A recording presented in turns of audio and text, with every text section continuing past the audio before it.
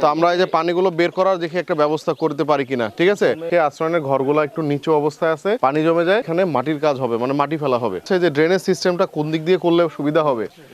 এই পুরাটা জায়গা কি এক ব্যক্তির? ড্রেনের যে পানিটা নিয়ে তো এক জায়গায় ফেলতে হবে, এটা কোথায় ফেললে সুবিধা হবে? খালে নিয়ে গেলে ভালো হবে। ওই পাশে খালে, এখানে দেখেন আলগা হয়ে গেছে। হ্যাঁ, এই হ্যাঁ শুনেন, কথা শুনেন, আলগা আগে থেকে হোক আর এখন হোক, এখন এই যে অবস্থা আছে, এই গাছটা যদি এখানের উপরে পড়ে কতগুলো মানুষ মারা যাবে।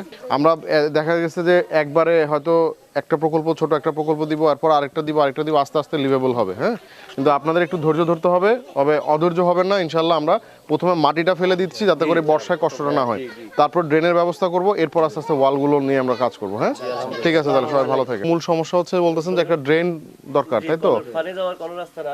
আর মাটিরও দরকার আছে স্যার। আচ্ছা, আমি আগেই বলি, আপনাদের এখানে আমি এই যে গত এক সপ্তাহ আগে আসছিলাম, সামনে দিয়ে গেছিলাম আমি আর পিআই সাহেব দুইজনই। তো পিআই সাহেব তখন আমার বললো যে স্যার এখানে ওদেরকে আশ্রয়ের ঘরগুলো একটু নিচু অবস্থায় আছে, পানি জমে যায়।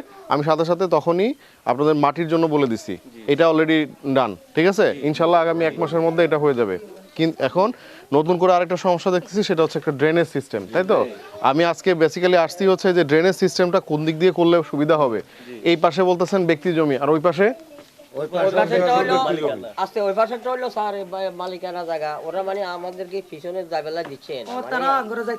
আচ্ছা, কথা সবাই এক বললে হবে না।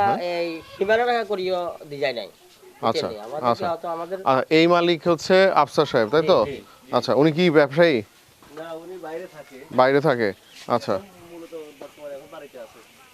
আচ্ছা, বলেন। একটা একটা করে শুনি। ওই পাশে রাস্তার ওই পাশে খালা পশ্চিমে আছে স্যার। এই পুরাটা জায়গা কি এক ব্যক্তির? না না, বিভিন্ন মালিকের। আচ্ছা, না মানে ধরেন ড্রেনের যে পানিটা নিয়ে তো এক জায়গায় ফেলতে হবে, এটা কোথায় ফেললে সুবিধা হবে? খালে নিয়ে গেলে ভালো হবে। ওই পাশে খালে, খাল এখান থেকে কত দূরে? এই তো বাড়িটার ওই পাশে, আচ্ছা আচ্ছা আচ্ছা, ঠিক আছে। আর স্যার ওইদিকে দেখছেন গাতা কিভাবে পড়ে রয়েছে, জংলা চলেন ওদিকে, না অসুবিধা নাই, ঠিক আছে। শুনেন, এই যে কিছু তো মাটি তো ফেলা হবেই, বুঝতে পারছেন? মাটি কিছু ফেলা হবেই। এখন জায়গাটা তো একেবারে ছোট না, যথেষ্ট বড় আছে, তো ধাপে ধাপে ফেলতে হবে, বুঝতে পারছেন? আশা করছি এটা হয়ে যাবে। গাতা যেগুলো থাকে ওইখানে, যেমন যে আপনার বাচ্চাটা হাত ভেঙে গেছে, এরকম যাতে অ্যাক্সিডেন্ট না ঘটে বা বর্ষায় যেন এখানে পানি উঠে না যায়, এরকম ব্যবস্থা আমরা করব। এখন এটা কেন হইতেছে, আর একটা কারণ হচ্ছে যে এখন পানিগুলো কোথাও বেরোতে পারতেছে না। তো আমরা এই যে পানিগুলো বের করার দেখি একটা ব্যবস্থা করতে পারি কিনা, ঠিক আছে? মনে করেন যে পাইপ দিয়ে আমরা যদি একটা পাইপ ড্রেনও যদি করতে পারি, নিয়ে খালে ফেলা যায় কিনা। আমি আজকে চলে যাওয়ার পরে আমার ইঞ্জিনিয়ার অফিস থেকে আমি লোক পাঠাবো, ঠিক আছে? যদি পারি তাহলে আমি একটা পাইপ দিয়ে ড্রেনের ব্যবস্থা করে আমি যেন ওখানে ফেলতে পারি, ঠিক আছে? আচ্ছা, চলেন আর একটু সামনে দেখি আপনাদের আর কি কি সমস্যা আছে।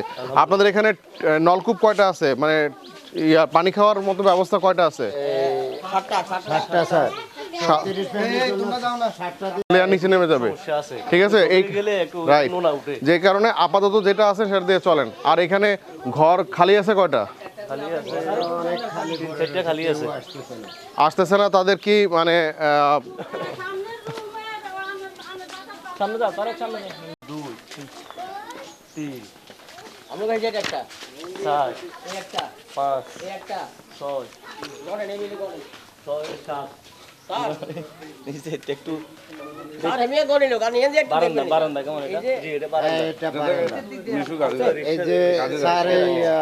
একটু ওইদিকে ফলো করেন যে বারান্দাগুলা যদি দোনো সাইডে এই হিসাবে আসে, তাহলে একটা গাড়ি নিয়ে ঢুকতে পারবো না।